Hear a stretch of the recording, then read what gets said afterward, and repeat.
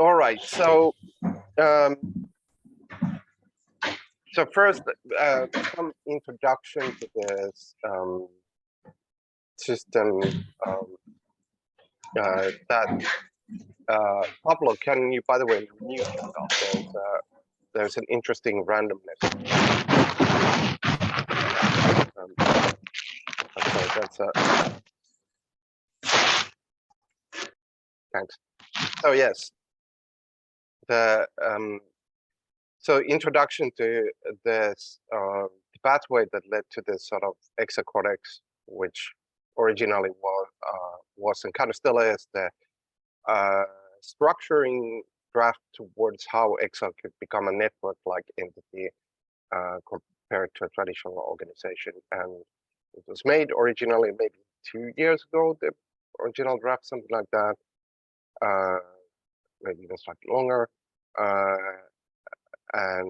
But it's acute now because it kind of is now the basis for realizing that networkness, which is currently on the drafting stage now, based on it. So that's a practical intro.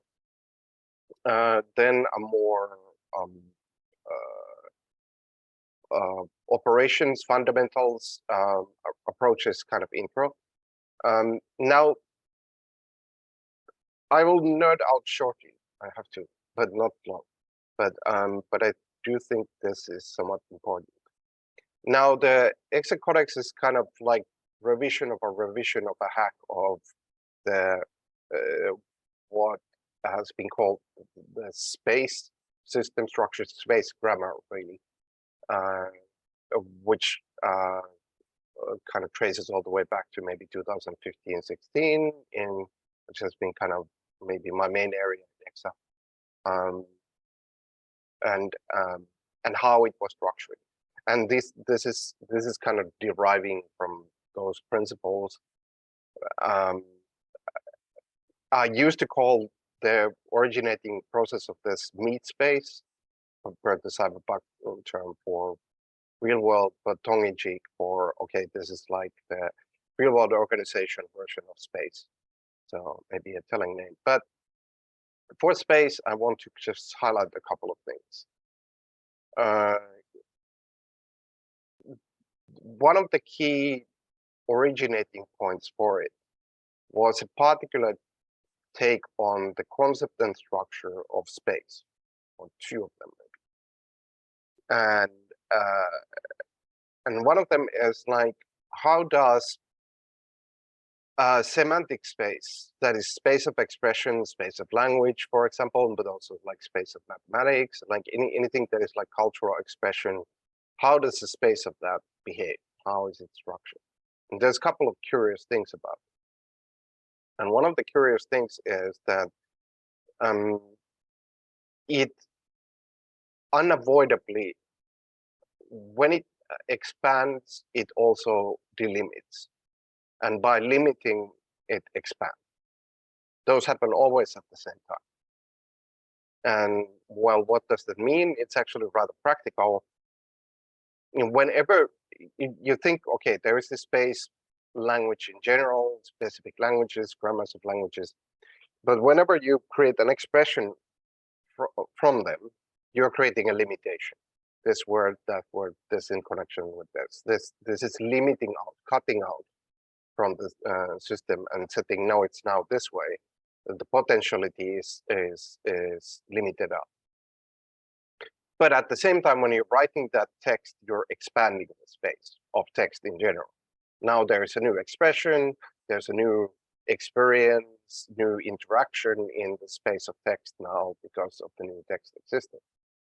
So from that, rather simply, but I think rather constitutionally, limiting is the way to expand the space, and expanding the space is limiting.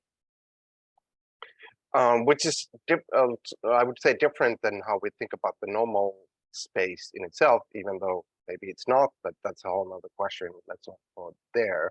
But at least different from the normal thinking of it.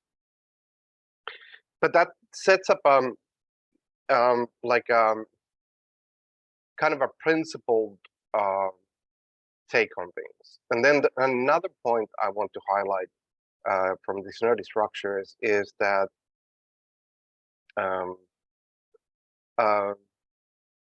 one of the sort of key structures is to think that whatever behaves like a point is also like a space, and whatever behaves like a space can also be a point. So to make that simple, to be a point is to be like an address, to be referable, like that there. And this is like a key quality of pointness. Underneath like the practicality of a point.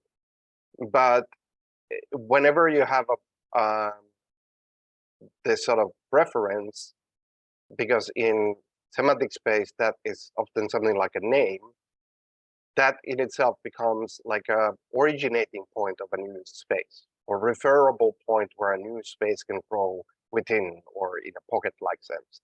So whenever you create like a name like ECSA, that's referable, or even an address that's referable. But once you have that, like a whole new space, potentially infinite, can be built within it. So thinking of something like a point is to think it as potentially infinite space, and thinking of something of space is to think to make it a point. Okay, those two nerdy points. There will be a third point, which is the potentiality and actuality, but I've talked about that a lot in earlier sessions, so let's not go there. We can refer to it maybe later if needed. But I think I've nerded out enough for now. But any questions so far from this very abstract structural level key points? I assure you they will become important in, like, they kind of behave like generalities and universals in how this is approached. But yes, any comments, questions?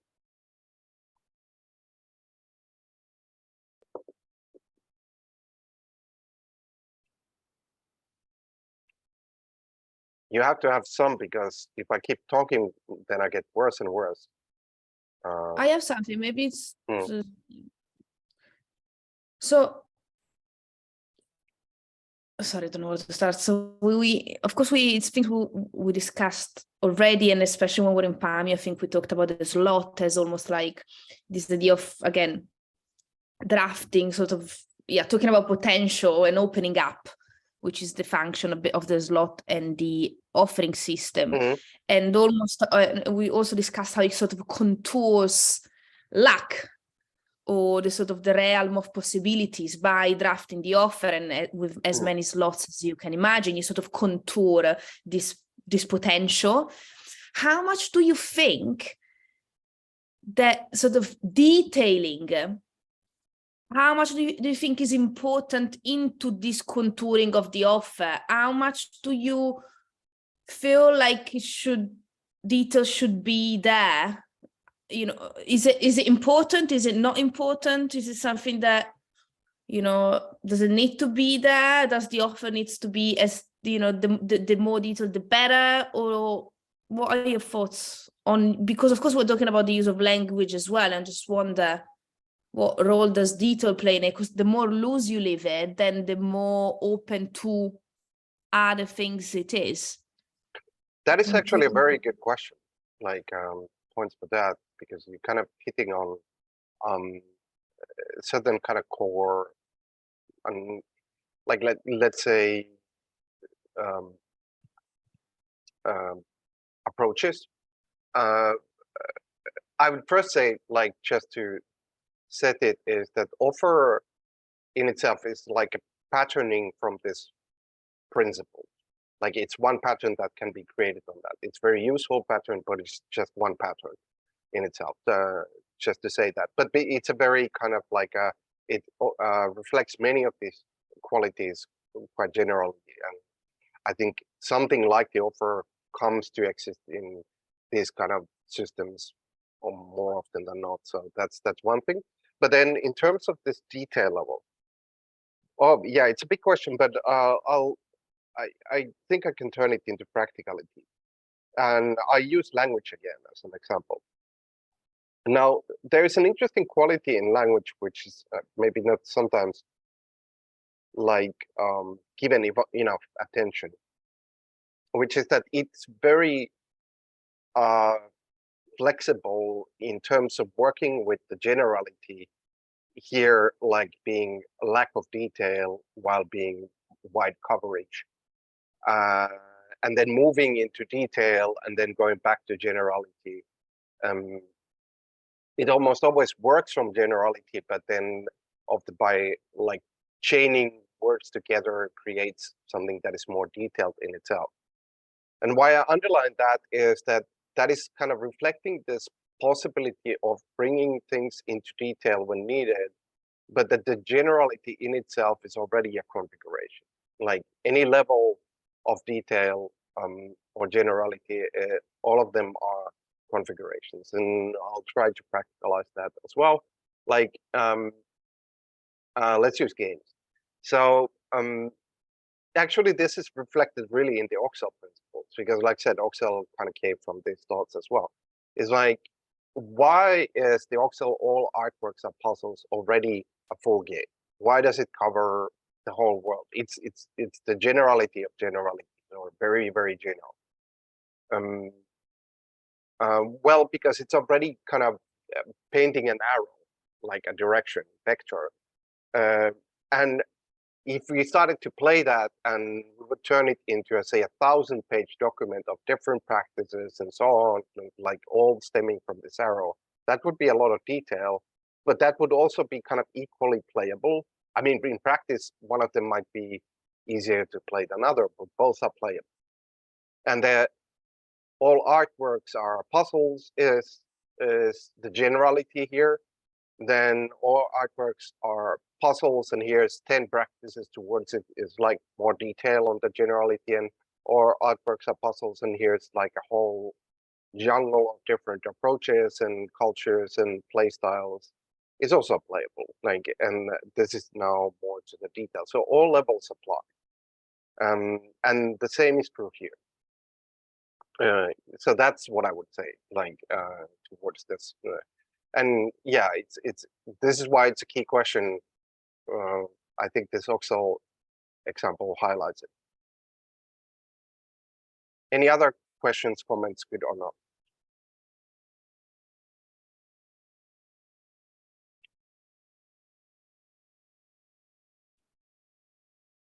Okay, let's go forward a bit, because let's get a little bit more towards practical. Now, I'll try. Let me just go.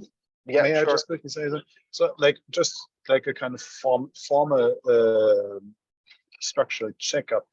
So, in this kind of everything, how did you say? Everything that is a point can be a space. That's by, yeah. So that's by kind of having an address, having a name, right? So you like a concept of that sort. So yeah.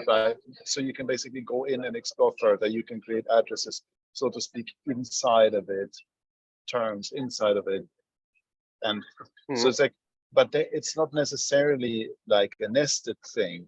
It's more kind of card-like, right? So like it doesn't kind of like, you don't have to kind of step out the same ladder that you walked in. Ah, that's another good point. So yes, I would say essentially you're right. And this comes like, what to call it? Like, you could call it dynamic nesting, dynamic hierarchy. There's probably a better term for it, but that's maybe a good starting point. Is that essentially of dynamic structuring, dynamic architecture, dynamic relational architecture, all of these would apply, is that it's not necessarily said that this is the structure, but rather like it's capable of deciding which things that it recognizes at any given moment, and recognizes a key term, which we'll come to in a second. And that creates a different kind of structure compared to if it would recognize other parts. So yes, like essentially this is kind of agreeing your take on it. Like it's a card, like in the sense how we looked at cards, that cards have actually the structural potential that there is a card, but if it's put in the game this, say even like traditional playing cards, like there's million games and they build structures around those cards. And if you're in poker, the architecture is different, structure is different than, I don't know, bridge or whatever. And this is kind of actually quite closely reflective of this. They are also showing dynamic relational structure, depending on which rules they recognize. Once again, the recognized term. Recognized, maybe to put it in slightly less mystical terms, is what is in effect. Like that's essentially what it means. And it's actually very close to, and almost kind of is inspired by the law's concept of recognition or acknowledgement. Is, you know, gentlewoman from X1Z is recognized in the court, which means that they're suddenly in the court system. It has a functional, the phrase has a function. And it's really a replication of that, because it's a very useful thing in itself. So the rules of poker are recognized. For this card, the rules of poker, or this hand on the table, the rules of poker are recognized, means that the rules of poker are in effect. So having that expressive detail, knob control increases the expressibility of the space quite a bit. So yeah, and this leads to this possibilities of operating dynamic architecture, dynamic relational structure. So yeah, I need to, sorry, I don't want to extend this unduly, but I need to just hook into one thing, because like this, to me, renders a very interesting kind of conception of what one could otherwise see as the outside, right?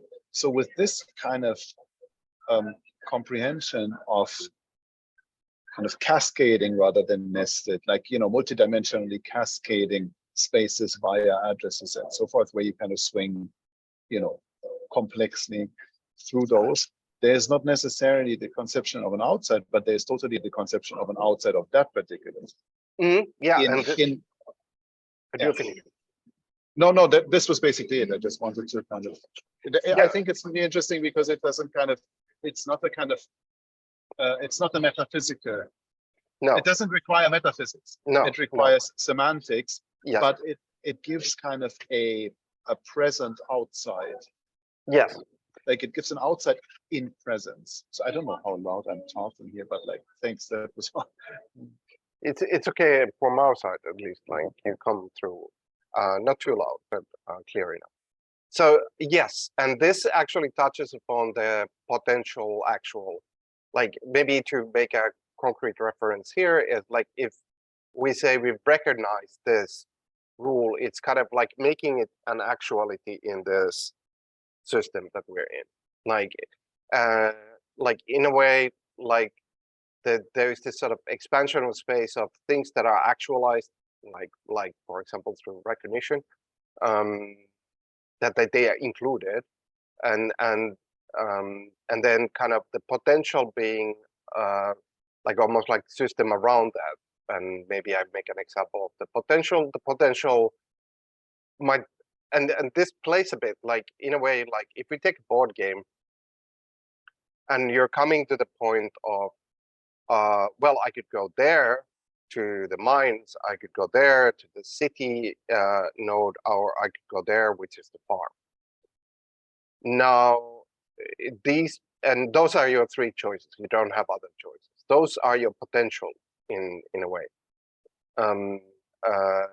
Then you decide that I will go to the farm, and you get like a, I don't know, grains token there.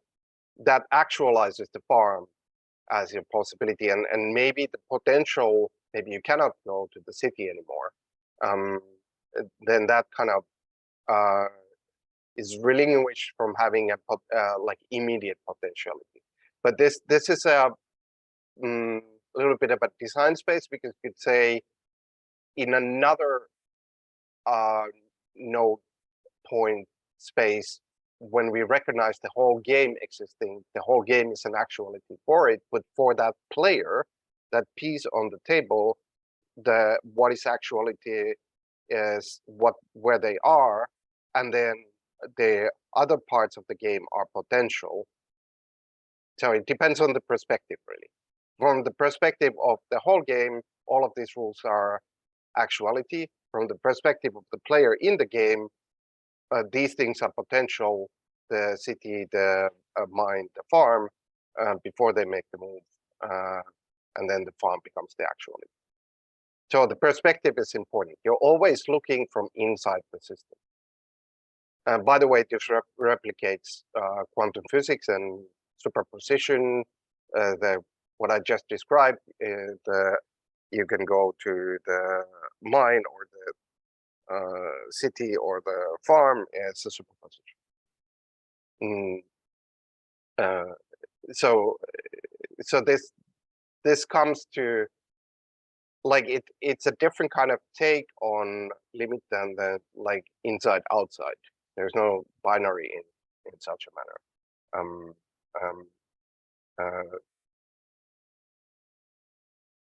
Yes, recognition is where the acknowledge contours of a shared space, or kind of actualize the shared space.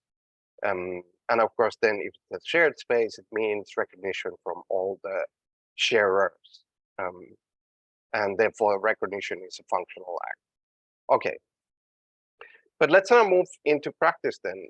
All of these kind of like principles floating about, and they are, I'd say, important. Like in a way, nerdy way, I could say, when you have these principles, the whole system just follows from there. But that's too hermetic. But let's go to the other end. Let's go to the practical sense. And let's say that you're writing a document, maybe even a text document, a document like this that is on the screen, for example. But the rules around it make it behave somewhat differently.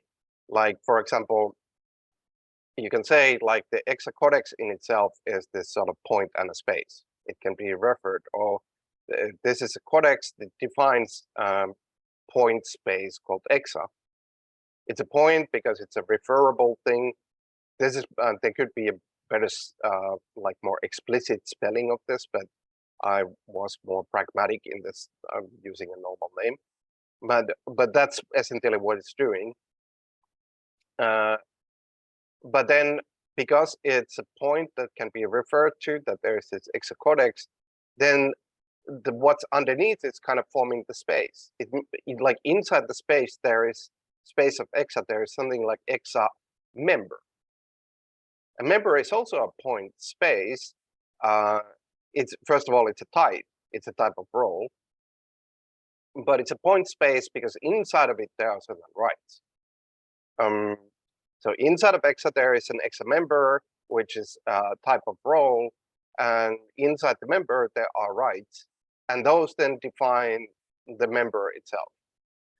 Now, before kind of going into details of this, just to look at this from the outset, is like, I mean, this is very nodal and modular how things are defined. Like, okay, we inside the member, we have the rights. We have these things called inactivation, removal. There's potentially the node, but that is open question. The key thing that there's no like correct way of doing this beyond the kind of like definition. That could be that their inactivation removal would be the same subnode. It just depends on the expression you want to make for it. But the key structuring here is this sort of like you're writing this document, which is the codex, becomes the point of reference, but then becomes the space. Inside the space, there's an ECSA member. type of role, and inside the ECSA member, there are rights. Now let's imagine, before diving into this member role, that then there is a list of recognitions, like recognizing, say, Pekko as ECSA member. It would mean that I get all the associative rights from here. Like, say, ECSA would recognize Pekko as ECSA member, just kind of transports or connects to me all of these rights. If there would be another kind of a role,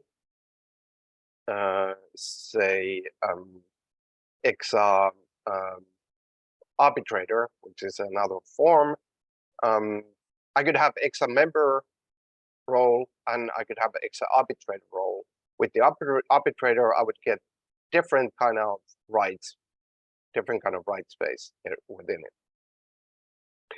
But now, like, this is actually setting, in a way, defined relations that there is now, you can imagine there is a document called Pekko, or there's a document called ECSA recognitions, and there is Pekko, and maybe there's a link to where I log in. These are all kind of practical questions, but the key structural question here is, like, if I'm on that list, I get all of this. Any questions, comments at this point? Because, I mean, it's a simple thing, but it's a key thing at this point. Slightly meta probably, but the recognition that you speak of as you as a member, beneath that is, as kind of Pablo commented, a lot of sorts of other recognitions of, for example, these rules to begin with. And that there are things like rules or roles also. So like there's plenty of recognition having already happened before the recognition of a particular member happens.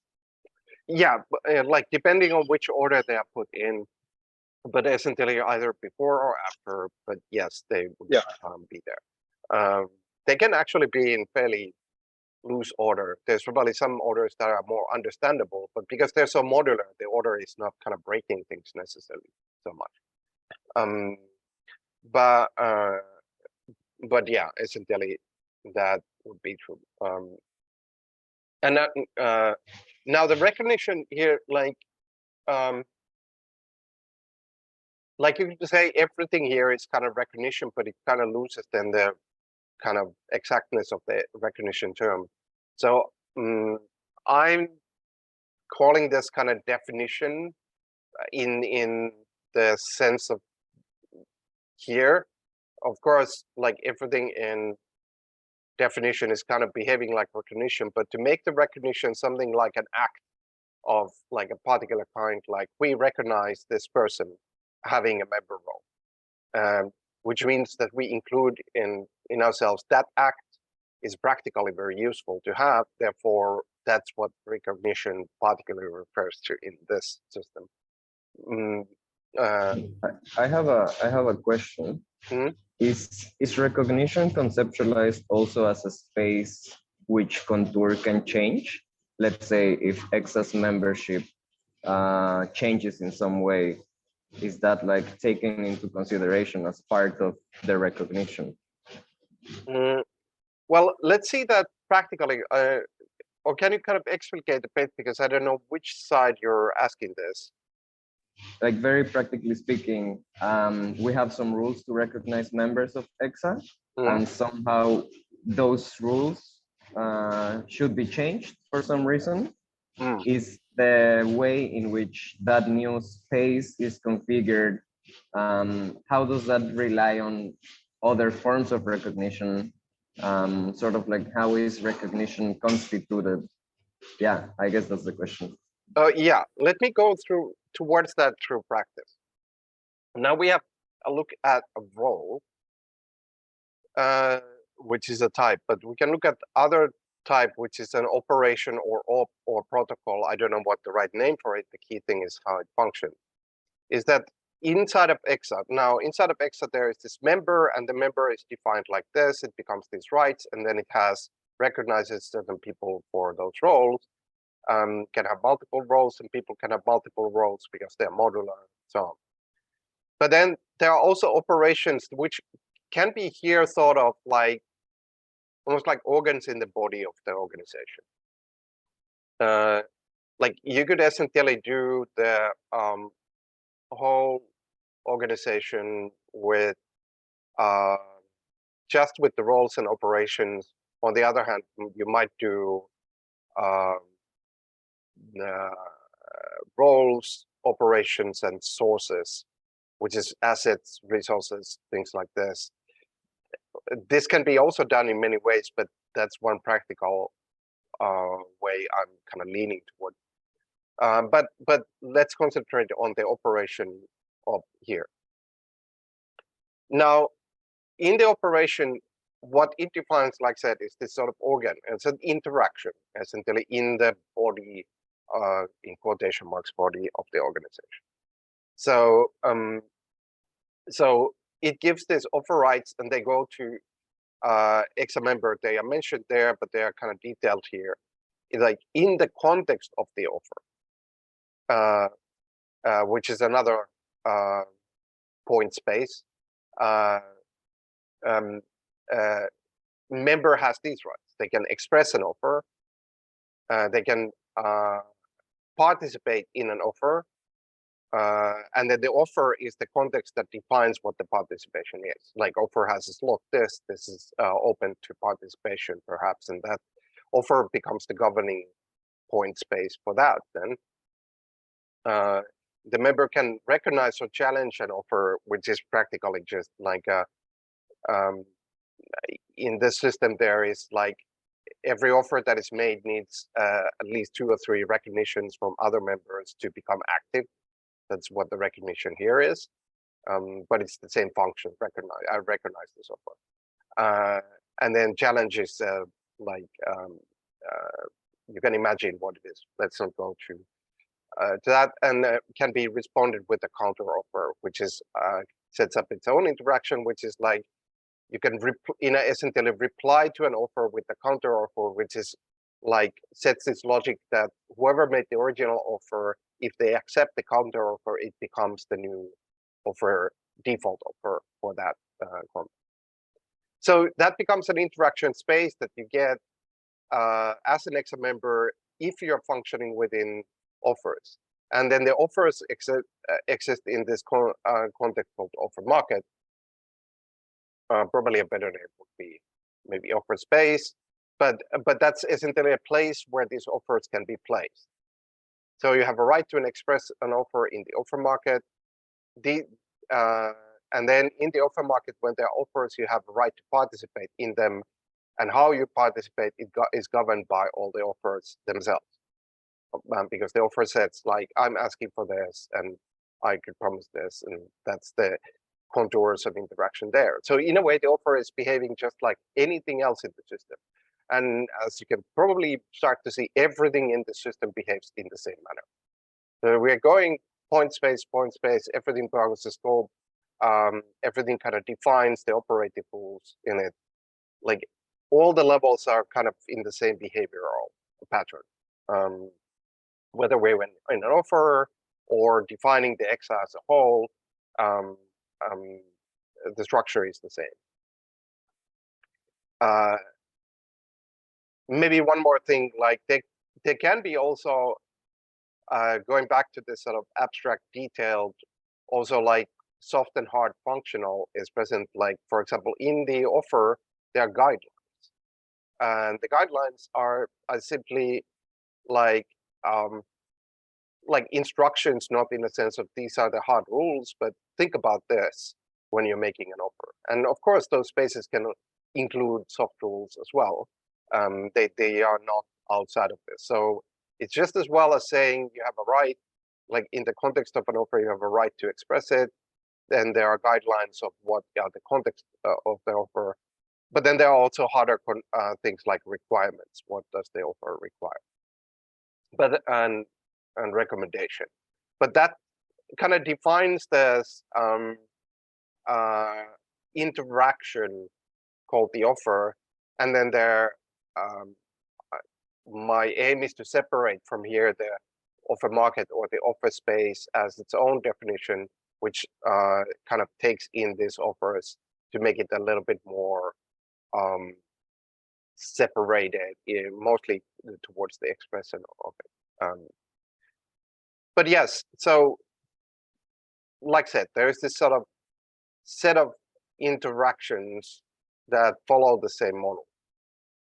And you can imagine upon it, like you can use a similar way to, let's take something conventional like the board or general decision function in an organization, like a board-like or this sort of yearly meeting-like thing. You define it in the same way. It's say there is this context of, say, board, to make it practical and simple. And let's say you give every member a right to be part of the board. You could make something else as well, like it's every member with the condition that they have to have completed a certain amount of offers before they can join. Like all members fulfilling the condition of having like completed offers can join. However you want to define it, it's very, very flexible. And then you can set that there is an into this board, every member can raise an issue,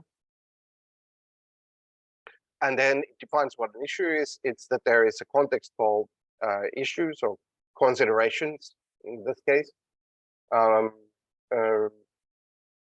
and issue raised there is like a description that has like a short summary of what is the issue at hand.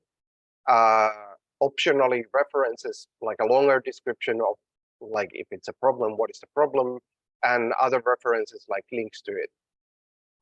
And then the board has the functionality that whenever there are issues on its list and it has a meeting, there is a way to define like the default meeting is every week, and there's a way to call the meeting, summon the board in a certain way if things are off meeting.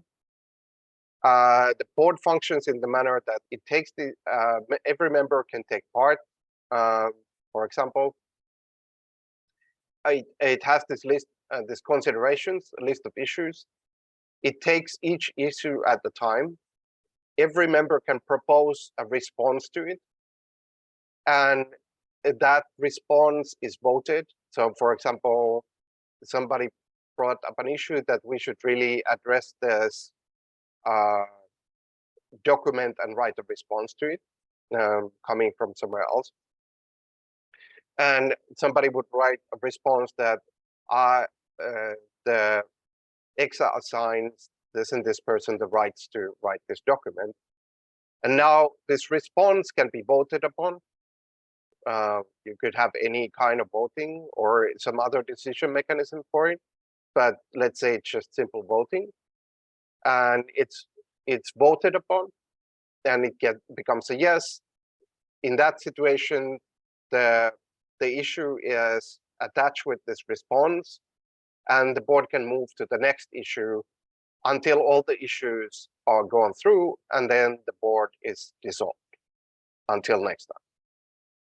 So it's similarly like clear in its functionality, even though it leaves this sort of space of human interaction. There can be any conversation around the responses, etc., but it has a clear, like, any member can raise issues. They become a list that the board has to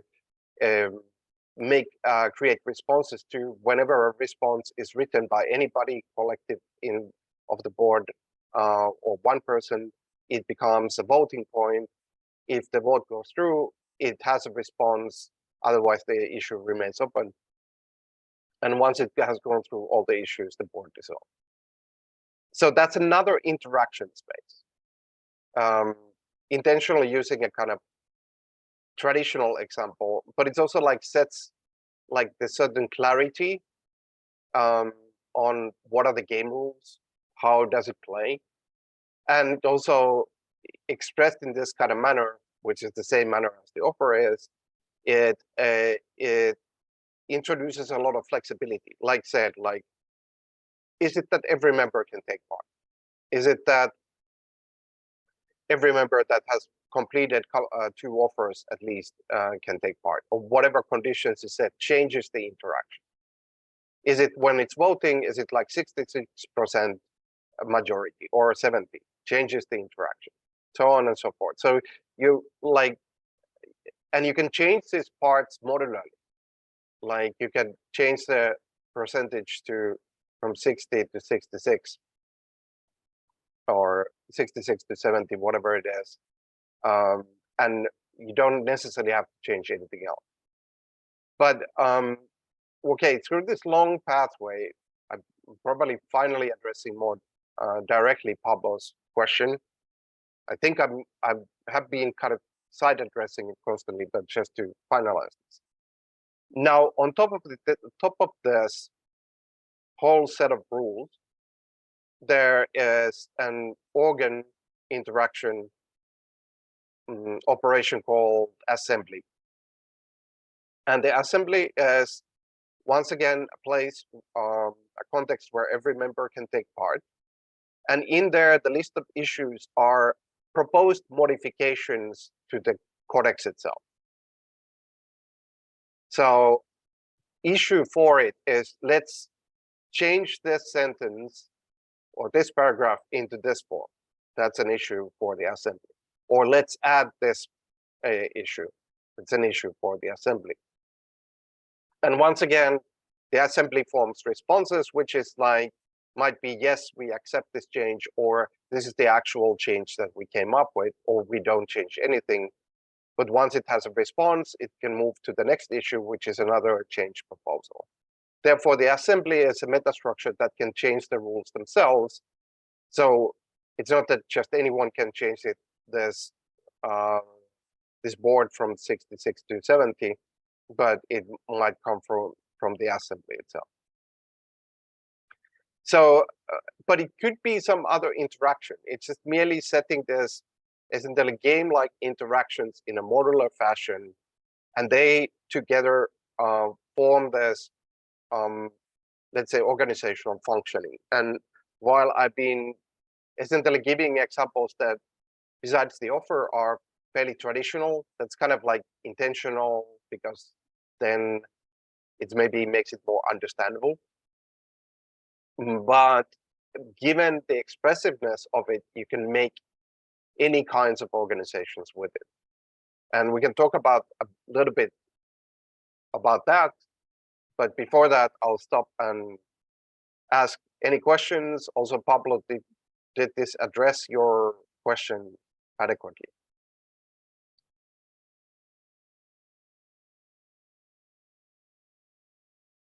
Yes, I think it did. I guess those spaces of recognition can be modified through offers themselves, right? Yes, and this, once again, because it's a highly expressive space, you can set, by setting this sort of operations, like some things to be more easily modified, some things to be harder to modify. To make an example, I'm also adding most likely modes to this, and this is like, the system certainly doesn't need them, but they might be useful. And but what I mean by modes is, for example, mode could be a beta mode, and that would say, like, let's say this whole ECSA Codex is in the beta mode, and then once again there is a point space that defines what a beta mode is, which is that it has these and these decision rules, which are probably easier to change it. And then after 3 months, it has a checkpoint of where it makes one decision, whether it removes the beta mode or not. And suddenly you have introduced like a kind of test period by setting that. That is, once again, just one example but it's about this sort of flexibility. Like you can set something that actually changes everything within this to be more easily changeable. For example, in the interest of testing.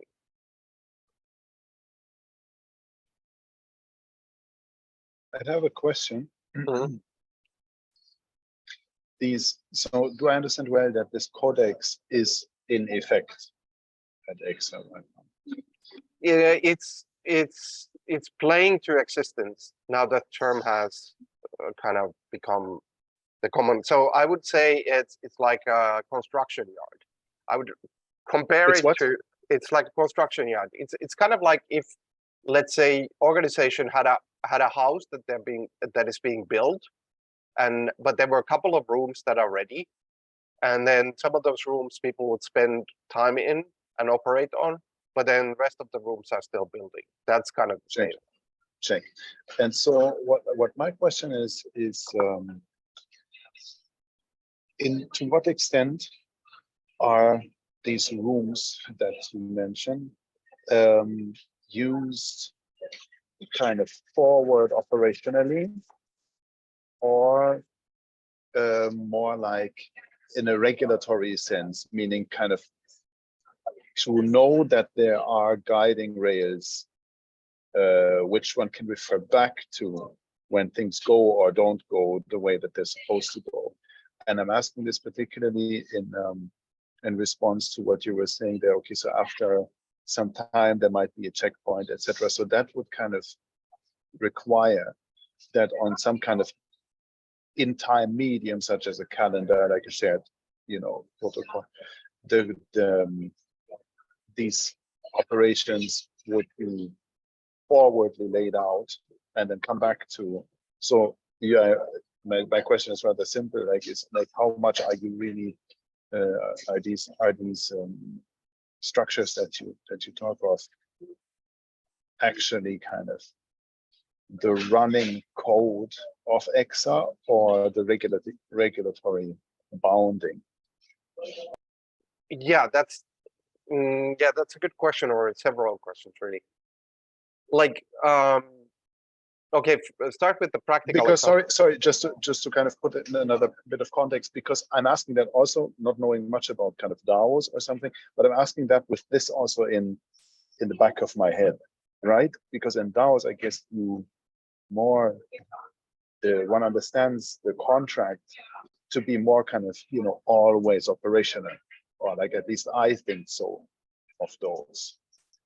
Yeah, I would not bring about DAOs because it's a messy concept. Like yes, that kind of quality sort of applies to DAOs. It's more like a programming condition than DAO condition, working in a programmatic medium, but also like it makes things hairy because DAOs are, I think, a very small subset of organization in itself, like they're kind of conceived, and it just creates confusion in terms of this. This is also like that. This is intentionally kind of somewhat medium agnostic, and like I'm now just being pragmatic about it. Like you could run this by having paper documents.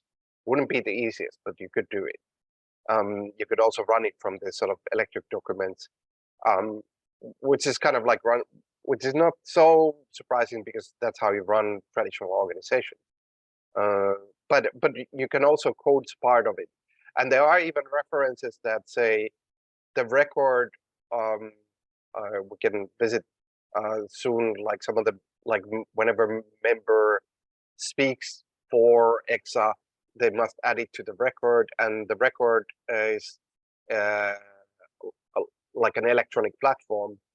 But that is just recognized here that part of making a record is adding a thing to an electronic platform, and therefore the platform is part of it. So it can combine mediums. But to your larger question, how is this in relation to ECSA and operating ECSA in itself? Like, well, first practical, like the kind of considerations issue approach has been kind of de facto way of running ECSA in various forms for quite a while. Like we've used that kind of an approach,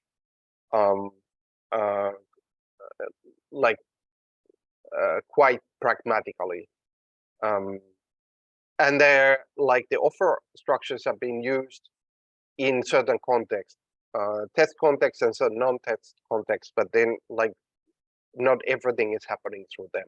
Yeah, but it's, so there are parts that are like constantly existing, and then there are parts that are kind of test existing in itself, like that's, but then in relation how it kind of governs or executes or is the rules of the organization, well, towards this, like the idea is that because this allows for the most flexible expression of what are the rules of the organization, takes it into a kind of game-like expressive space, but also kind of having this sort of structuring starting from the principles mentioned in the beginning.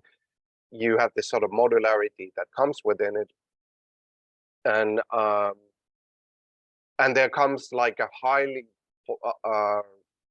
expressive range of relationality, which we haven't really touched upon, but we can touch upon it later. But because of all of this, the direction is that this is kind of like the overarching rules. Then things like real-world organizations, like having a company, which are necessary, are treated like nodes within this system. To take a practical example, the current drafting towards the foundation, which the ECSA still has, is that there is like inside the structure, there can be a node called the ECSA Foundation. And it similarly sets rules for it. For example, it can say that it can give rights for ECSA members or ECSA nodes within which behave like members, like certain like project-like operations. It can give them rights to operate through the foundation, that is reach through the foundation to the world outside. But it can set conditions to this right. For example, like it can give a right, for example, make an offer through the foundation, but in order that you make an offer through the foundation, you have to fill these conditions. And the reason to have those conditions is, of course, because the foundation is legally obligated to do certain things when it's making offers. So those conditions allow to align what are the legal requirements of the foundation itself. But this creates this sort of interface where this can understand the foundation in this language, but also makes it kind of more exact. Like it can then distribute from the node of foundation the operations for the members of ECSA and condition those with the same exactness detail that this kind of system can offer. So a similar approach can be considered or is considered for things like having a company, etc. Like that's the basic approach. Does that answer the question? Kind of, but I think it's absolutely satisfactory for now. Like there was another thing that came to my mind, but I would wait for if somebody else would have questions or comments. Anybody?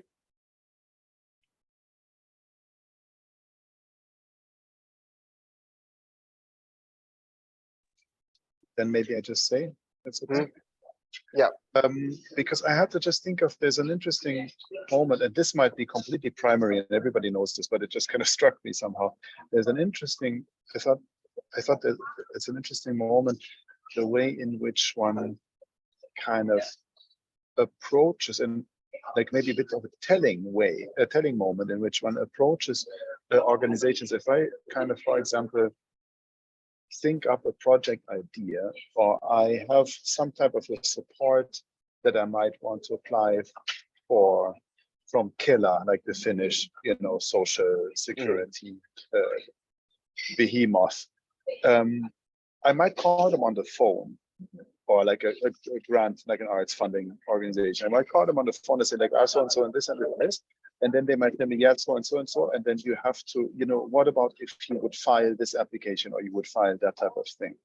And so I might not in that moment really kind of at the interface of that organization. And they steer me, they kind of suggest that I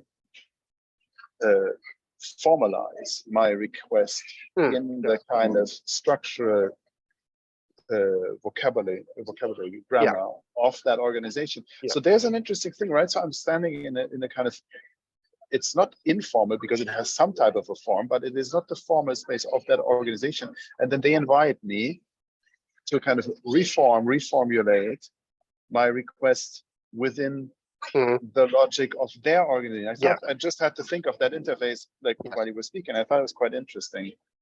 Yeah, it is very much, and this is kind of recognized here. You could also say that the person on the other end of the phone has a role, and they have a right to speak for the rules of the organization in itself. And like in the system, the role is really kind of treated like a game, even like role-playing game role. That there is this recognition that, like, okay, this right to express an offer. And there are some guidelines towards it, but it's kind of recognizing that you don't put super exact rules on members. It just gets too complicated and it kind of goes past the purpose, so to speak. But you more set this sort of expressive contours. So like in this kind of system, it would be completely functional that there's this person who has this right of speaking towards this. And they are utilizing their right to speak towards it, just like the person in the other end of the phone of Kela. And it's also like the one thing I could also say about, well, a couple of things about the kind of complexity of this. Like if you actually look at organizational rules, they're actually way longer. Like if you look at what are the rules of an association, you're looking at 70 pages or something. And this in itself is a way more complex organization in some ways than a traditional association. I think I could squeeze an association-like function in this approach, I don't know, the 3 pages or so. Like, I don't know the exact amount, but that's a ballpark estimate. So like, while this might seem complicated, it doesn't need this level of detail at every point, and nevertheless that the amount of detail, because it's necessary in organizations on some level, this kind of system can express that detail in a much more concise manner and in a much more kind of functional manner. Like these are the rules you play. Once again, towards this sort of board game like approach in itself. And maybe that can also bring in a practical point that, like, there was this interest of playing around and utilizing this kind of approach to build like experimental organizations. I think that would be interesting, and I would start from something way simpler than ECSA. Like ECSA is too complicated for its purposes, and it's a good challenge for this. But like, I would rather build something, 1 page long, 2 page long, to make like interesting, probably more exotic cases first, because you might way more easily come to a finished organization form in that manner, and as a kind of design exercise, it would be probably more rewarding than diving into all of this. This is just a good example of looking at this at this sort of high level of complexity in itself.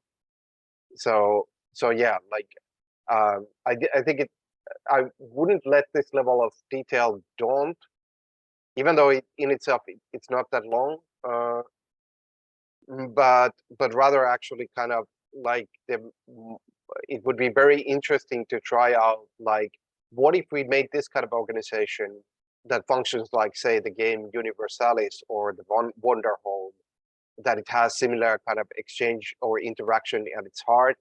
What other interactions we could have there, think about them loosely, and then coding like could be even like 5 5 sentences that would design these interactions, you would already have a draft of that organization. You might not have everything, sure, but you would kind of see, oh, this is how it will function, and then you could play. And that, yeah, I think it's a much more pragmatic path towards taking this into, let's say, practical design. So yeah, that's one thing to mention. And then maybe one thing to mention still, I made this point to someone, but I want to kind of bring it kind of like close by to this,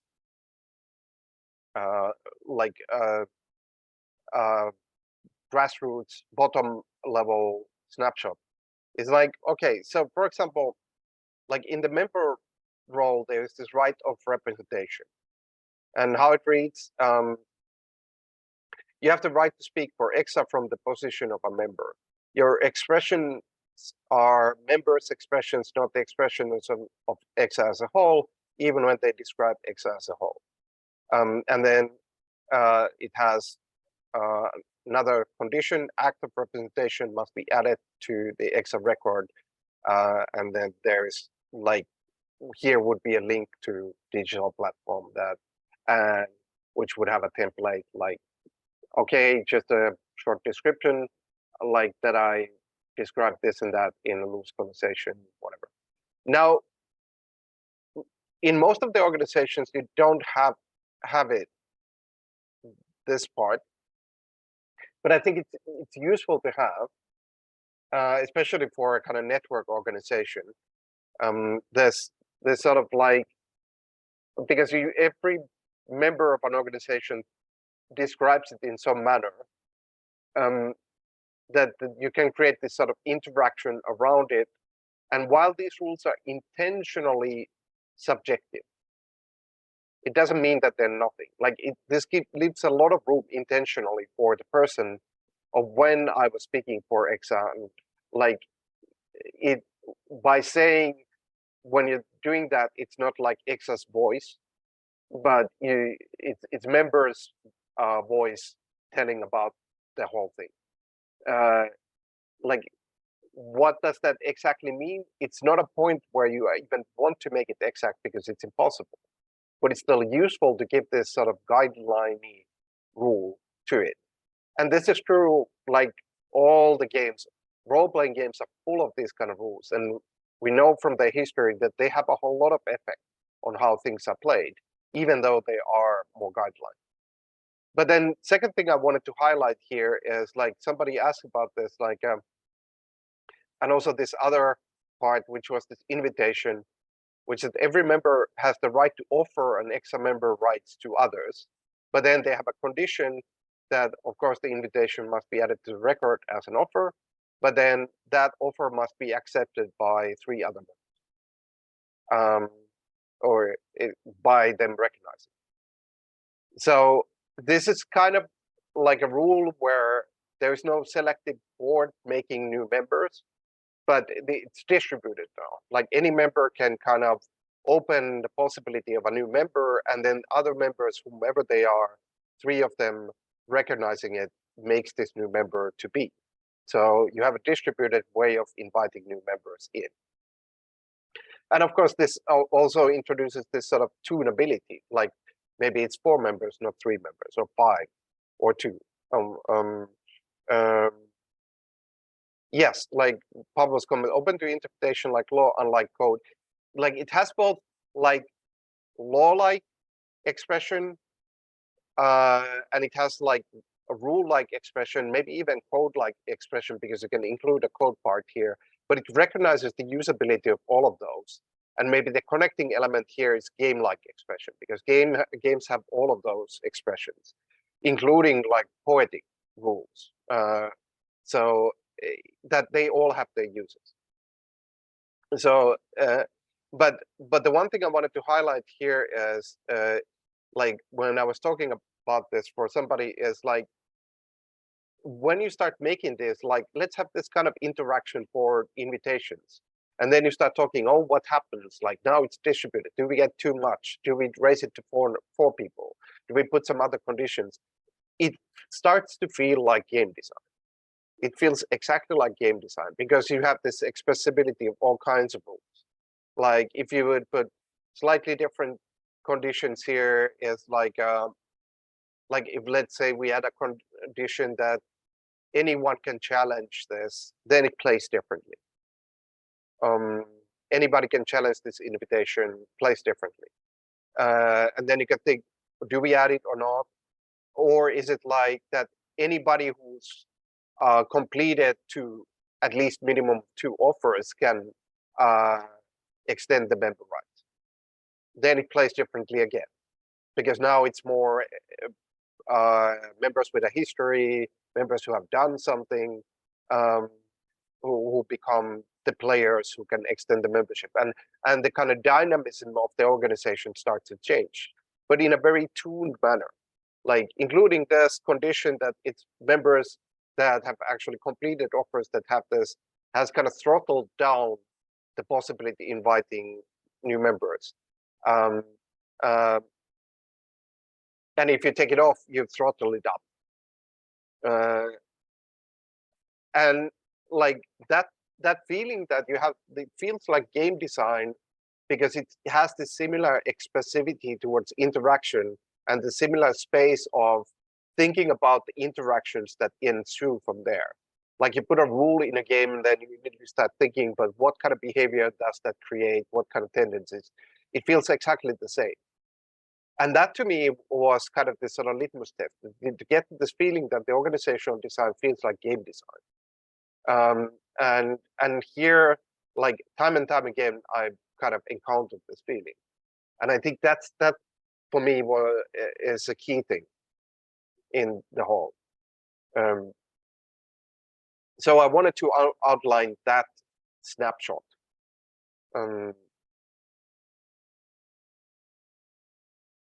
As a kind of point of tangibility of why to make things like this in the first place, among other reasons. Any comments, questions? Also areas that you would like to shed light to, because there are many, but we could maybe choose as a group where to put the spotlight on next. I have a quick question. It could be a stupid one, but it's just to clarify. So when you talk about rights of the member, of course, rights is a word that is quite charged, which I like because also implies some sort of responsibilities. I just wondered, when members join, then would they have a traditional contract that they sign where all this will be indicated as sort of rights, but also commitments and things that they need to comply to? Yes, like essential, like no, wouldn't say contract. I mean, of course, you could make the system, you would add a condition that when you become a member, there's a condition that you have to sign this contract. The contract is available here and a link to a document, and here's how the signing happens, and then it would be in effect. In the case of this, probably not unless needed, but here it would be more like you get the rules. I mean, the rules are visible, they're not locked from anybody else, but you get the rules in effect that now you can play with these rules in the context of ECSA. And that would be the main thing, whether there is a contract or not. Now, in terms of the concept being rights, like the more I muck about the systems, the less I care about really what the concept is. Like I could even now, I'm quite open to rip off the word rights and put moves there. And it wouldn't change much really. The reason why it's rights partly here is because I was originally writing this towards a context that where I had to kind of convince people who were thinking that this is exotic and weird and more towards the traditional organization. So a lot of the kind of heritage of traditional terminology comes from me being friendly to that context. But like if you like like the key thing here is that the rights and moves are kind of taking the similar functional spot. But they could be called moves, and maybe it would change the wording a bit, but ultimately the result would be this, like now moves are covering that area, but that area needs to be covered. Similarly, the roles, they're covering a certain area, which is essentially like the sort of wrappers for rights, which then become like a play unit, like a play vessel for people coming in. That's really what they are. And people can have multiple vessels. Like I have a member and an arbitrator, and I have the arbitrator role for 3 months, and then it goes away from me. But this sort of controllability and tunability and expressibility of this, is the key thing here that I'm looking for. Somewhat relatedly, I think you made a not further framed, but you did mention the distinction when you're speaking about the foundation, that the foundation has some things that it is legally required to do. So and then you speak about the work of designing XORG as feeling quite like game design. So like, in what way have you kind of reflected on there being a kind of distinction between these two modes of it, kind of these two kind of regulatory modes of existence, if you wish, and is the would you say that the kind of performativity or functionality of that codex, for example, would only then be tested when it comes to a point of adversariality? So it is, that it is put to the test in some conflictual way. Well, like the whole point of conflict adversariality, it's a big question. Like I think because it can come from so many angles. Like I think one of the strengths here is that there is a kind of clarity of rules, which really comes from game side. Really, like you can see conflicts in board games, but it's like it often of course they can be unresolved, people being assholes and whatever. But usually it's easier because people want, look at this is the rule. Like this is what it says. You move two spaces, not 3. I mean, that's too, not everything is that simple, but nevertheless, like this sort of clarity is, it's not a magic pill, but it's useful for conflict material to amend it a bit. But then to your beginning question, like, what do I see let's say the differences between games and organizations? I would say that, first of all, it's a cultural difference. It's like a cultural practice difference, not so much a structural. Now, especially. In the sense of it's the same space, you just take another door into it. Yeah, there's a cultural convention of taking the doors in a certain way. But then I would say that because these cultural conventions have kind of been built sort of separately, what they have been losing is that there is a very interesting ground kind of in the middle or loaning from each other, which can expand both the sense of the game and sense of the organization. And this middle ground has actually a lot of covering under the guise of organization or guise of games. Like a lot of the stuff that role-playing games do is actually kind of organizational design, but they just call it, oh, it's just a game. But then if you kind of remove the label and look at how the structure is, you could say you could use this in an organization. This is a decision mechanism. It's making a decision about a common fiction, but it could be a decision about something else. So it's only a game because of the label, and the label could be removed, and that can expand the space of, say, decision, as an example. I would try to maybe make my point a bit better because I find it so kind of approaching it myself. Do you think that like what is it? Like we usually, I would say, recognize legally prescribed requirements on an organization as being, you know, half fact in kind, right? So those set rather kind of immobile boundaries, like tax declaration have to come in, yearly report have to be given. You know, you cannot. If you go bankrupt, you have to announce it to certain point, or otherwise there will be penalty of certain. So,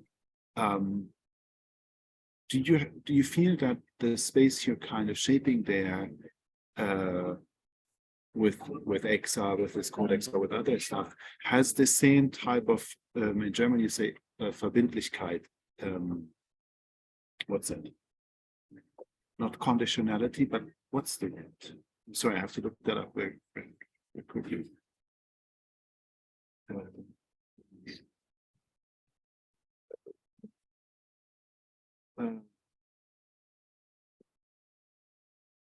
Doesn't translate very well. Like that people feel bound to it. Like an obligation. Obligation is kind of maybe too functional, but sense of obligation. The sense of kind of, you know, that it is really that it can be tested, because like, I mean, the beauty of what's happening here is obviously the way in which you kind of handle an organization as an expressive space and test it out and give it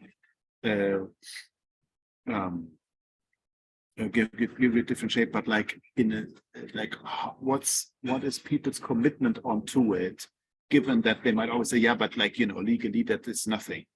You see, I'm making it more sharp than I'm like thinking about it myself, but just to kind of tease out which way you're thinking. I hope you understand. Yeah, okay. Like couple of points. First of all, this latter point, this sort of sense of duty or sense of commitment. This is actually something you can learn a lot once again from games. And once again, particularly, I know I'm repeating myself, but it's true here, from role-playing games. Like those games can have like 200-page rule books. Like, I mean, some have 2-page rule books, but nevertheless. But there is a recognition in there is that to build the kind of sense of like behaving with the rules is a kind of separate, it's a cultural process that every organization develops its own culture. And while the rules can help with that, you also need this cultural addressing. And you cannot do that only with rules. And I think it's actually very much the same here. But then the second point, which is more detailed or exact, is I mean, probably unnoticeable because it's a long document and or long. I think it's about 8 pages or something,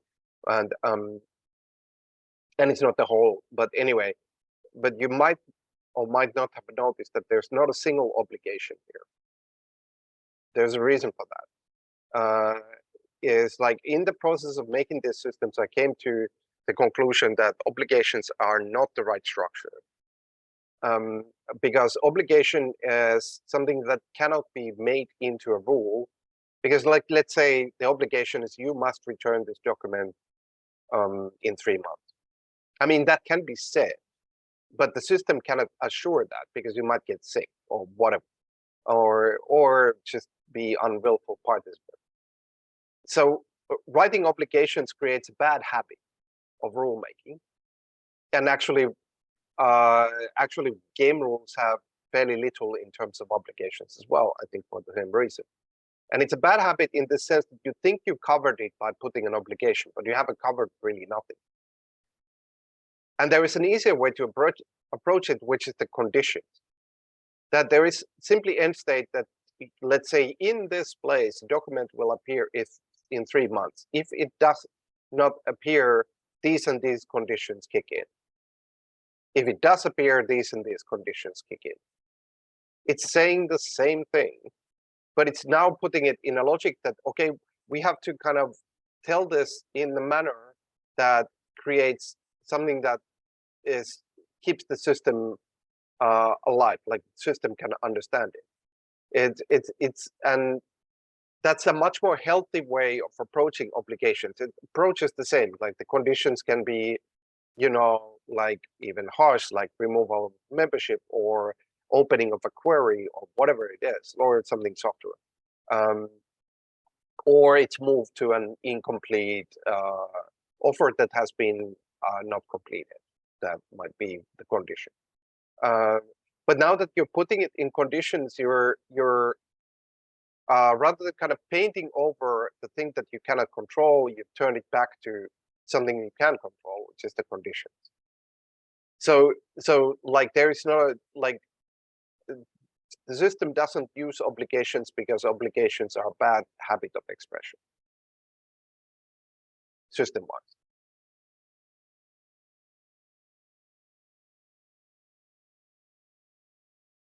And you can do anything that obligations do with this sort of like states and conditions, like document appearing here, and that state either happening or not happening, or launching different conditions. But when you do it that way, you make it actually expressible in system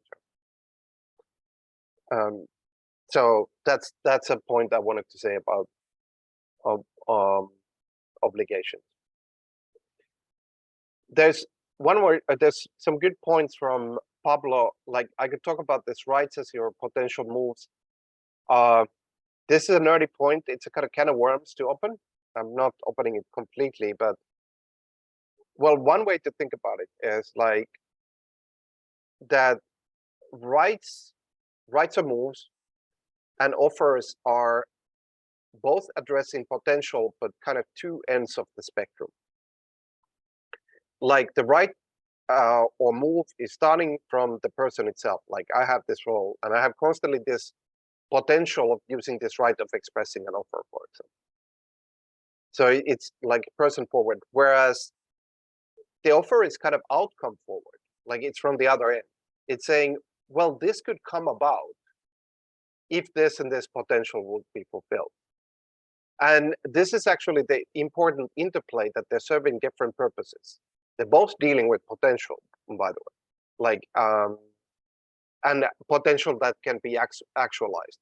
I have the right to express an offer that's potential. I'm now making this offer. I'm making an instance of an actualization, but the right remains open. I can make another offer. Or I make this offer in itself, which contains this and this possibilities, and if they're fulfilled, then that potential turns around. That's from the outcome, whereas the right move is from the agent. Right move is from the agent pointing towards potential, and the offer is from the outcome pointing towards potential. If that makes sense, but it's nerdy but important. And then the one thing, yeah, the formal contract is it's almost like a practical thing. Like you add formal contracts whenever needed, if needed.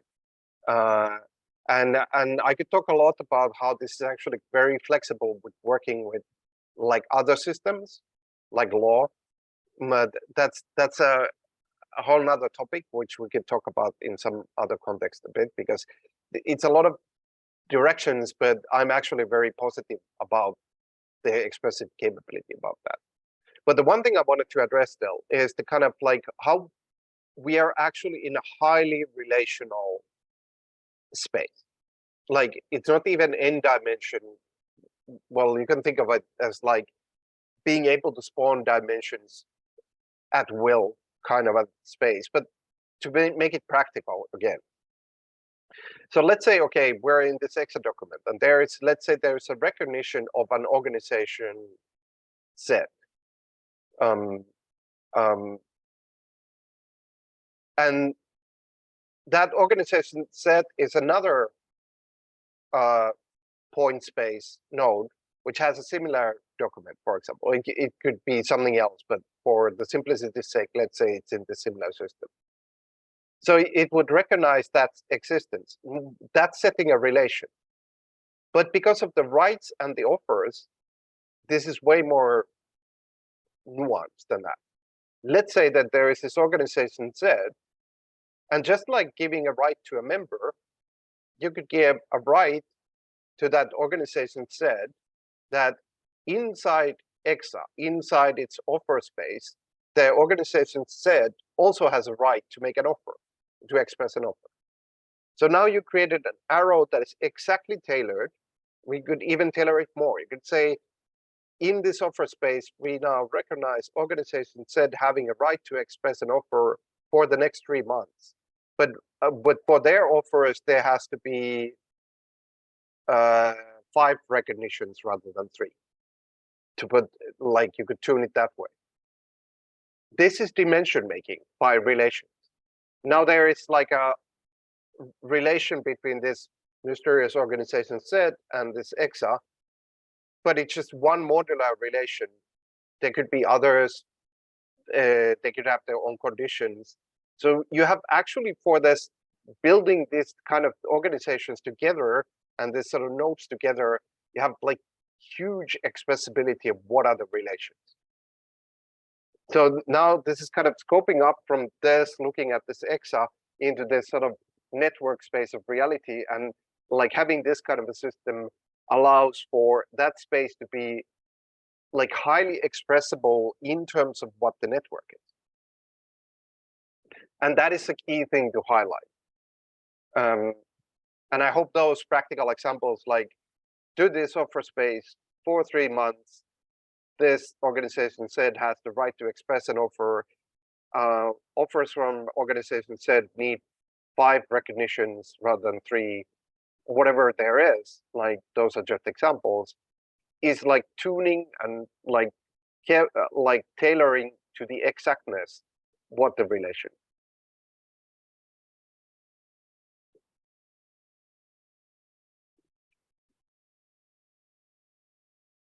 And that is a big power that comes as a kind of symptom of this approach.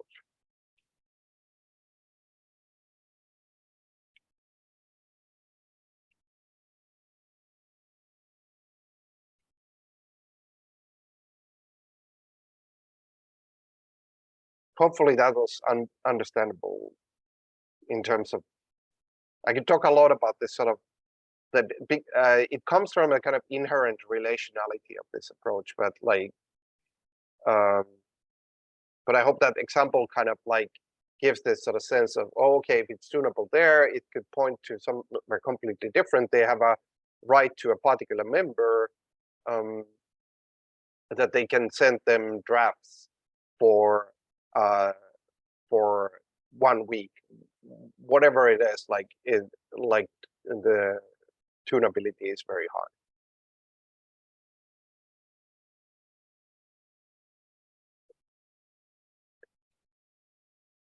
Yeah, the balancing part. So this is a bit of kind of worms. It's actually easy, but I'm intentionally not opening all the directions. That there is something like when you talk about this sort of, like you have a recognition from one side or recognition on both sides. So let's say ECSA recognizes the organization C having this right here. Well, that already opens it up. But there are certain situations where you kind of want that there's a recognition on this side and in the organization Z side to open up the channel fully. But it's not too complicated, but because there's a lot of things on the table, I don't want to bring too much.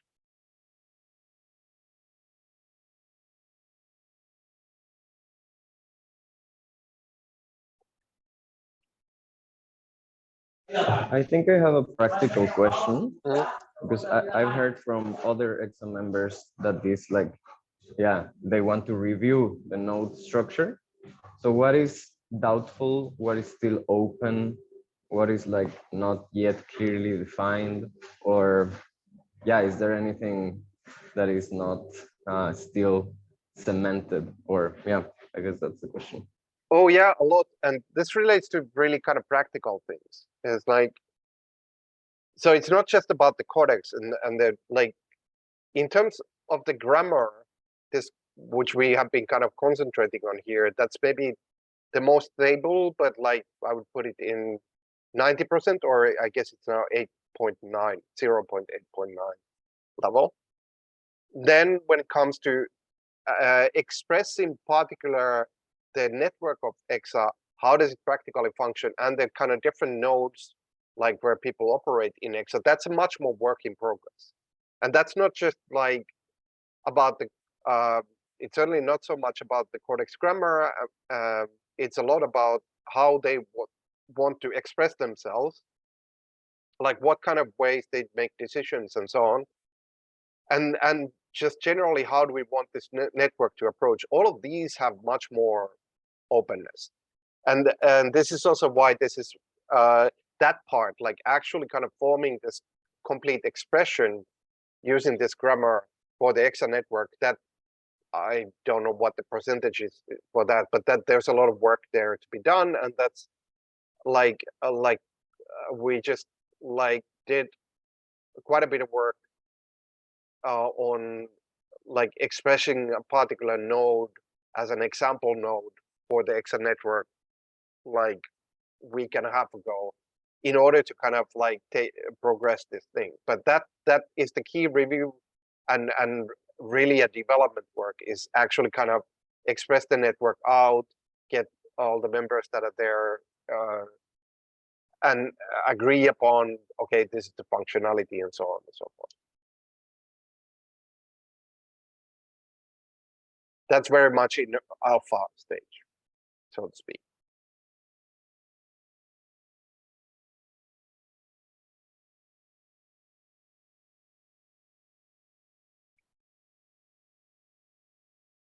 So grammar, fairly stable. The member role that you see here, which is from the early Codex draft, is like 90% of what's currently in the ECSA network draft proposal of the ECSA network member. There's some additions towards the token and so on, but like it's mostly the same. The offer structure is mostly the same, and so on. Like, so those parts are kind of like being imported from these early versions towards that, as being like, okay, these Lego pieces are fairly stable, but then new Lego pieces are needed, but they want to follow the same grammar, largely speaking.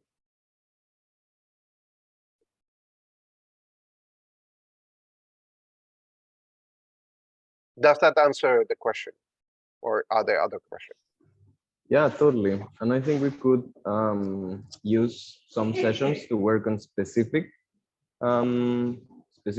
things that are still open, that could be, I don't know, shaped from a XORG perspective, but that would benefit from being shaped from a XORGian perspective. Maybe you are clear about which those could be. Yeah, like there's kind of two approaches. Let's actually talk about this, because in pragmatic ways, there are like potentially like frameable areas in this ECSA network work that we could do, and that's probably useful. I could think what they could be, but I can find them certainly. In terms of learning this system in a kind of rewarding and probably more effective manner, I would say most likely actually like taking this as Lego pieces, I can be the game master to help, because this is certainly not enough to give like all the pieces, like it's an introduction really. But I can get that and use it to build not just even organizations, but particular interaction. Okay, this is how we would express this. What if we put this kind of role to play with this interaction? What happens? So creating like new models, whatever they are, is probably a better way to learn it, and also better, more rewarding way in the sense of like finding different directions and so on. So like that's my kind of current crossroady question here is like, I would almost like, if I would say, I would almost start from first making like something small of our own, like a playing ground and smaller versions, making pieces of organization and combining them together to create organizations and learning the pieces from there. And then maybe after that, look at certain ECSA cases. But yeah, Jakub, you raised hand.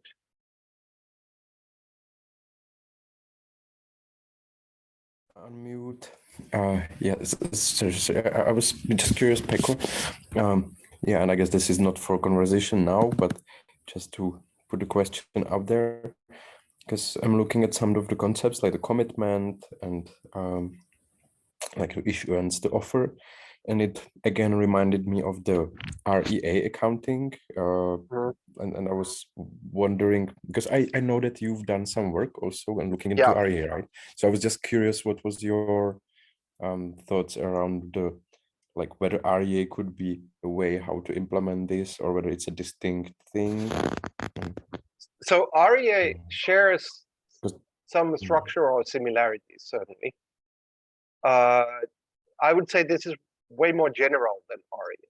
Like, because REA's problem for me, maybe it's too dramatic to call it a problem, but like REA was written in order to convince business world of the 80s, early 80s, that you should run your organization this manner. So REA's basic building blocks are often kind of in the business paradigm of the 80s. They're really like these terminologies that come from how businesses operate.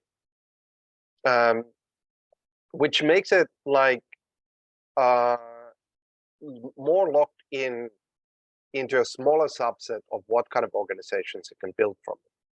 Like, this is more like a more general principles where you have more flexibility of building kind of any kinds of building blocks. But structurally, there are many elements shared, some are different, like that would be a whole topic to discuss.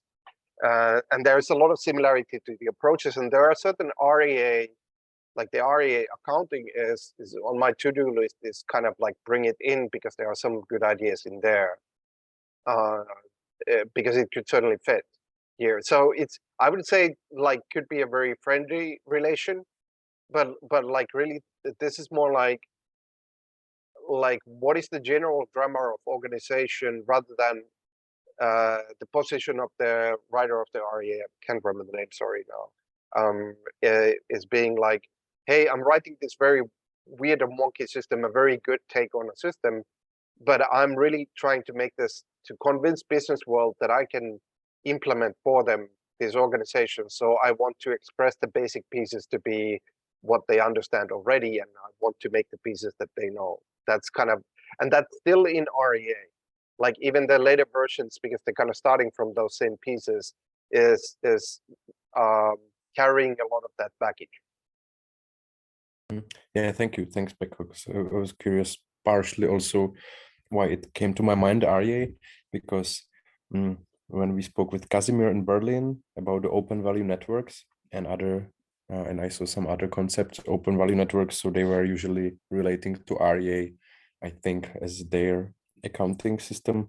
So yeah, so I was curious whether there yeah, like that it is really like a worthwhile thing to take the thinking of the accounting, because you know the guy who wrote REA was a historian of accounting by background, so he knows his accounting. So it's kind of a given that the accounting part in there is a really interesting area.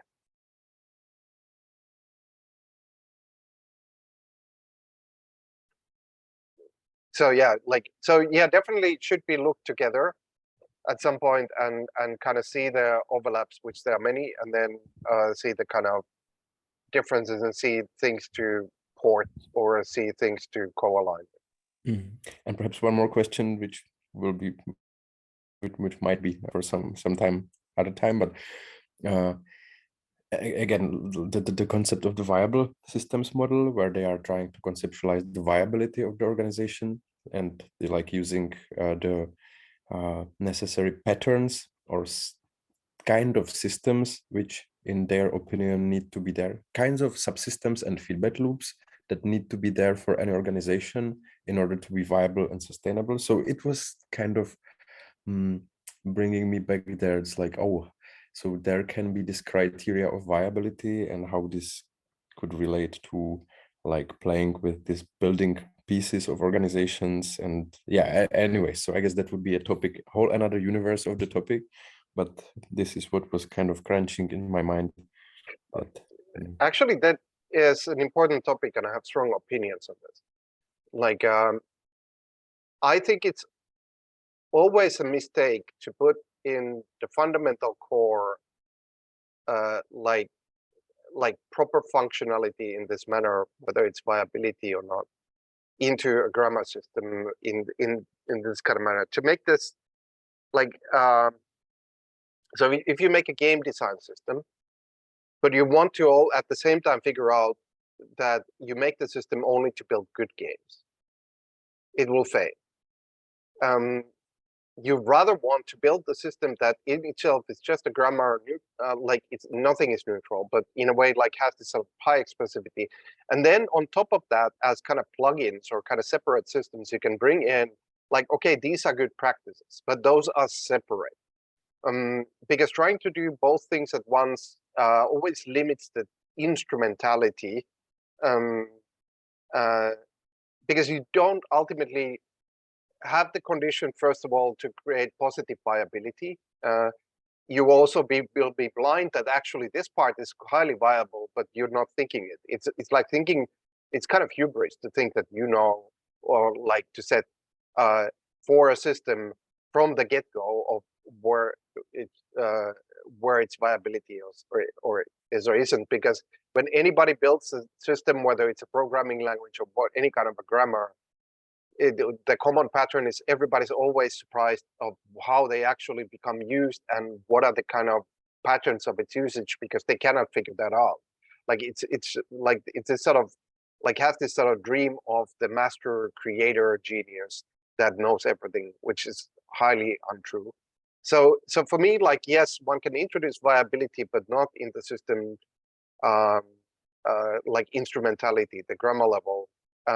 Because you don't also lose anything by adding it as a plugin, as a practice. So I'm intentionally leaving all of that out because it simplifies the system a lot. Martin, are you waving goodbye-ish? I am. I need to leave. I hate it, but I like it. But I'm super thankful for this session. No, thanks for being here. And I noticed your comments, and it's anyway running long. I think we're coming to an end in any case, so I don't think it misses. Yeah, and See you thanks very Pekko. soon. Yeah. Thanks, Matt. Thanks, Pekko. Those are very good distinctions to get reminded of. Thank you. Yeah, and so that like totally makes sense. Yeah. So yeah, like but like all those questions come about in this you know, like if somebody makes a system of Legos, and the system of Legos is like you can build anything, but then it's a matter of recipes and practices, and look at what I made, and look at I figured out that if you build this kind of an arc, it's highly supportive. Those kind of things are very useful on top of the system, and maybe they lead to developing certain kinds of pieces that, oh, we found this arc is very supportive, so we built this kind of new kind of pieces in order to support that. But yeah, like they're two separate realms in a way. Yeah, thanks.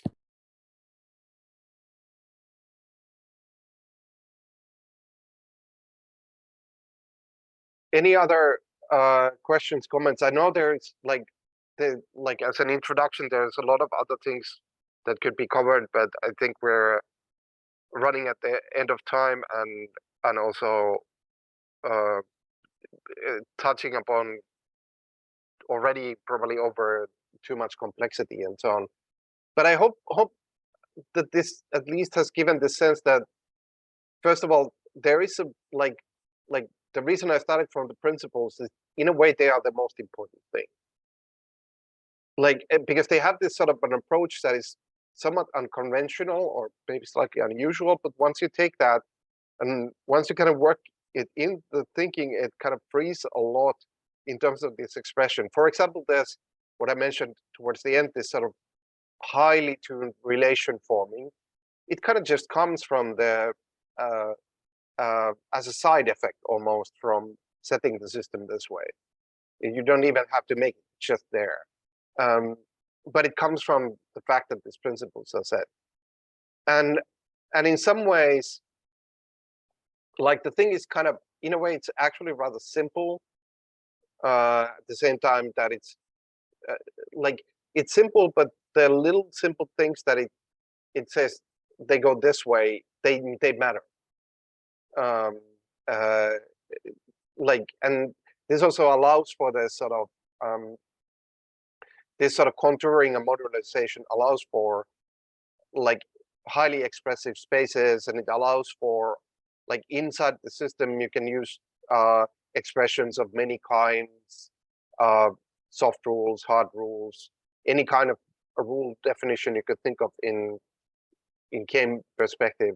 But that is supported by having that there is, on some level, the system exists as a kind of like a framework that holds those contours that allow for this freedom of expression. So it might sound weird to call it simple, but as a system, in terms of how much expression power it opens, compared to that, it is rather simple, I think. But what is there in the simplicity is important. And maybe finally, really, like, yes, as an introduction, I know that after this, it's not going to probably give you like, no, I can use this. I think it probably would have been too much. But I do think, like, if you have opinions on terms of, like, could we, for example, use this for this sort of experimental building of organizations, or should we veer towards the ECSA framings first? Like, I'm saying, like, first, maybe, especially towards learning and getting rewarded, like, whoa, I can imagine this kind of organization, maybe making these experimental cases first would be like better in terms of getting into it. But yeah, first of all, is there interest towards either of these directions, and some opinions of how to approach this, if there is interest?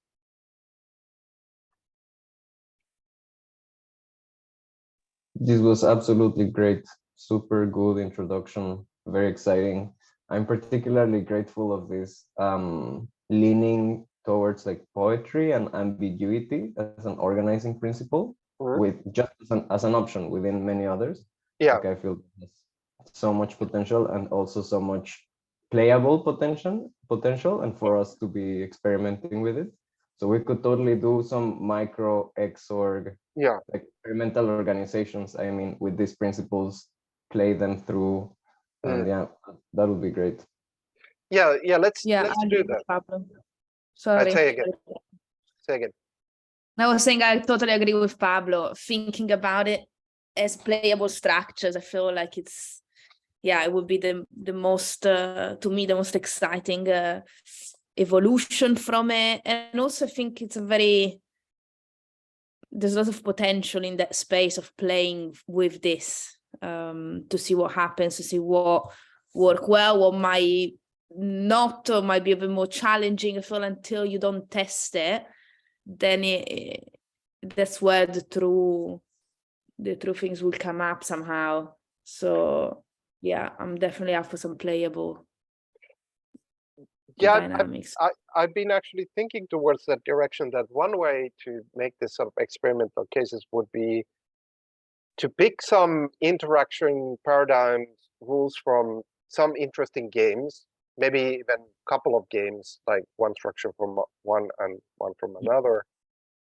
And then figuring them out as organization, not being kind of like necessarily truthful or like following them to the letter, but more like that might be easy situation in itself that it would give this model of like understandability of, okay, this is the kind of interaction direction we're looking at. I'm thinking about, for example, how Universalis sets up like ground truths for the world. But if you translate that to use the same interactions as at ground truths for the organization, that's one possibility. I'm thinking Wonder Home and the sort of like social tokens, but I'm also thinking others. I'm thinking there are a couple of games that do interesting role structures. There's one, or at least a couple that think like roles as questions and questions becoming vectors, which you always play towards until you have an answer, and then you introduce new questions, and that's how roles work. Like you could combine these parts, but it would be useful to have this like, okay, here's the model that we kind of know, it's in this game. Let's use that as a basis and riff upon it and change it maybe a bit, like to like, can we make an interesting organization or organizational part from it? Like, how would this role play with this interaction? Because I think it's an easier situation to make, because it gives like a, you don't have to figure out the interaction. You already know that the interaction is kind of good in certain things, but you can kind of play around that. So that might be a way to set up this sort of experimental situation. So I could think about that kind of a session, if that sounds good. That sounds great. Also super relevant to the on-like work, super relevant to the, yeah, to the on residency. So yeah, this is so exciting. That's the cool thing, is that it's so adaptable. Yeah. Of course, you know, we're talking about XR and of course, and that's what as well where it comes from. But then the adaptability of it in different contexts, it's what is the strength point, I believe. Mm-hmm. Yes, exactly. The adaptability and expressibility, like if everything is treated as really like, this is ultimately has to be a space of expression, and it kind of like has to open up this expression. It's like an underlying, not even a principle, but a kind of design philosophy. Is like, how is this a space of human expression? Because if you're creating organization, it is a space of human expression, just like a novel is, or so it has to be similarly expressive. So like that's a key design philosophy behind this, to enable that expressivity.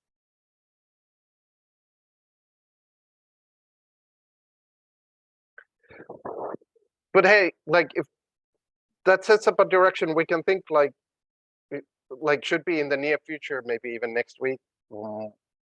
We can see about that, and opinions, like write on the Telegram. Like if you have opinions, wishes, and so on, like push it there, because like I don't actually want to always just control and set up. It's more like sometimes a useful thing to push things forward, but like if you have directions, just put the opinions there and we can go from there. And I will now stop the recording in an awkward manner without any ending words. Goodbye.